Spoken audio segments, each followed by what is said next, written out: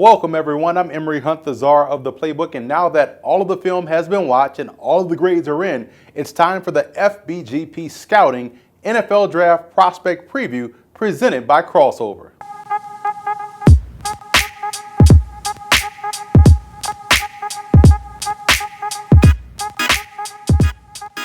Before we get started with our rankings, here's how we gather our grades and what they actually mean. First, we watch a minimum of 3 full games on a prospect, his best game, his worst game, and the best possible matchup. And second, we grade on 15 key points specific to the position to equal 100 points in total. Now here's what the grades you'll see by a prospect name will actually mean. Prospects that have earned grades in the 90s graded out as potential future NFL All-Pros. Prospects in the 80s are considered future Pro Bowl players.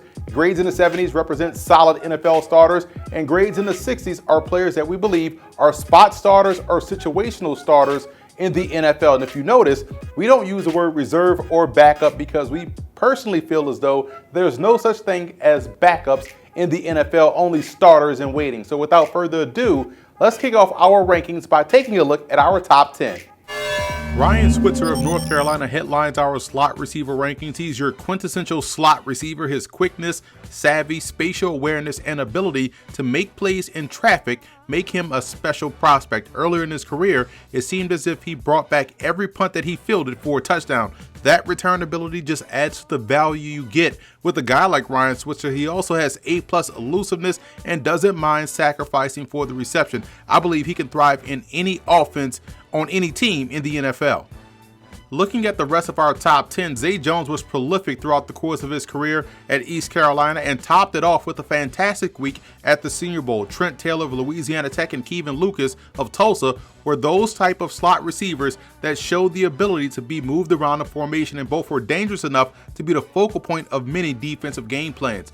Noel Thomas of UConn is one of the more underrated talents in this year's NFL draft class. He plays a lot like former New York Giant wide receiver Steve Smith. He's tough and physical and also has the strong hands at the catch point. Rodney Adams Jr. of South Florida, in my opinion, can play the slot, the X, the Z, quite honestly. I believe he's ideally suited to play inside because of his short area quickness, his burst, and his run after the catch skills. Chris Godwin of Penn State and James Quick of Louisville are excellent over the middle of the field and have that speed to catch a short pass and take it a long way.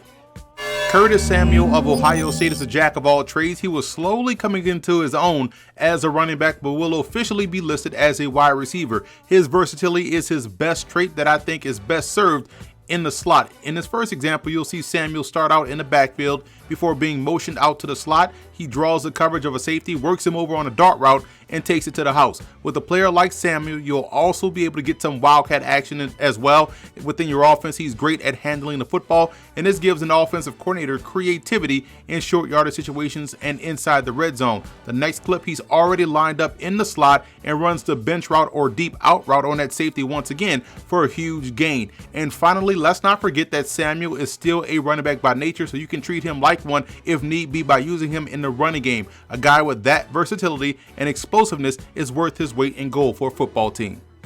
Rashawn Proctor of Hampton is a guy I really like because of his veteran-like savvy. He has complete understanding of how to utilize body control to make things happen on the field. Just like on this post route up at the top of the screen against Old Dominion, you'll see Proctor do a great job of keeping the defensive back behind him, almost boxing him out away from the football to make a huge reception in a crucial part of the game. Now here in the slot, you'll see the subtle hesitation before bursting into his route and nearly taking it into the end zone. This comes with practice and timing and complete understanding of leverage. We saw Nuke Hopkins do something similar this past season in the NFL. And up at the top of the screen, once again, going back to the point I made about body control, Proctor is 5'11", 200 pounds, and is able to stop on a dime and fluidly turn around to make the grab on his back shoulder throw. He was a consistent performer for the Pirates and slowly became their go-to guy over the course of the season.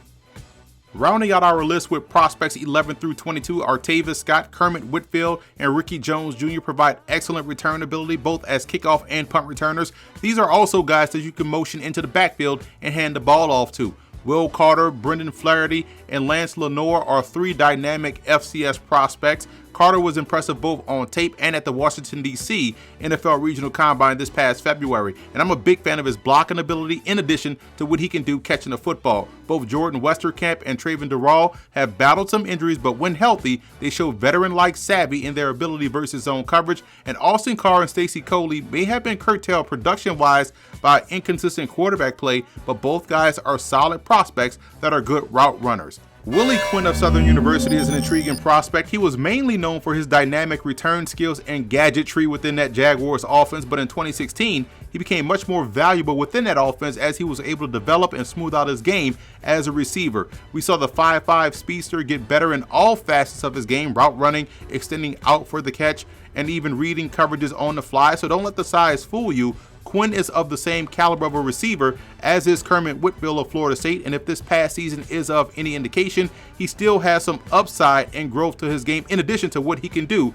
as a returnman. So that's a wrap for our 2017 FBGP Scouting Draft Prospect Preview presented by Crossover. To see more of our individual scouting reports, follow us on Twitter at FBGP Scouting and bookmark the page footballgameplan.com/FBGP Scouting. Also, subscribe to our YouTube channel at youtube.com/footballgameplan, where you can get all of our scouting videos, mock drafts, pro day videos, and interviews with NFL draft prospects. And one more thing, subscribe to us on iTunes under Football Game Plan Podcast.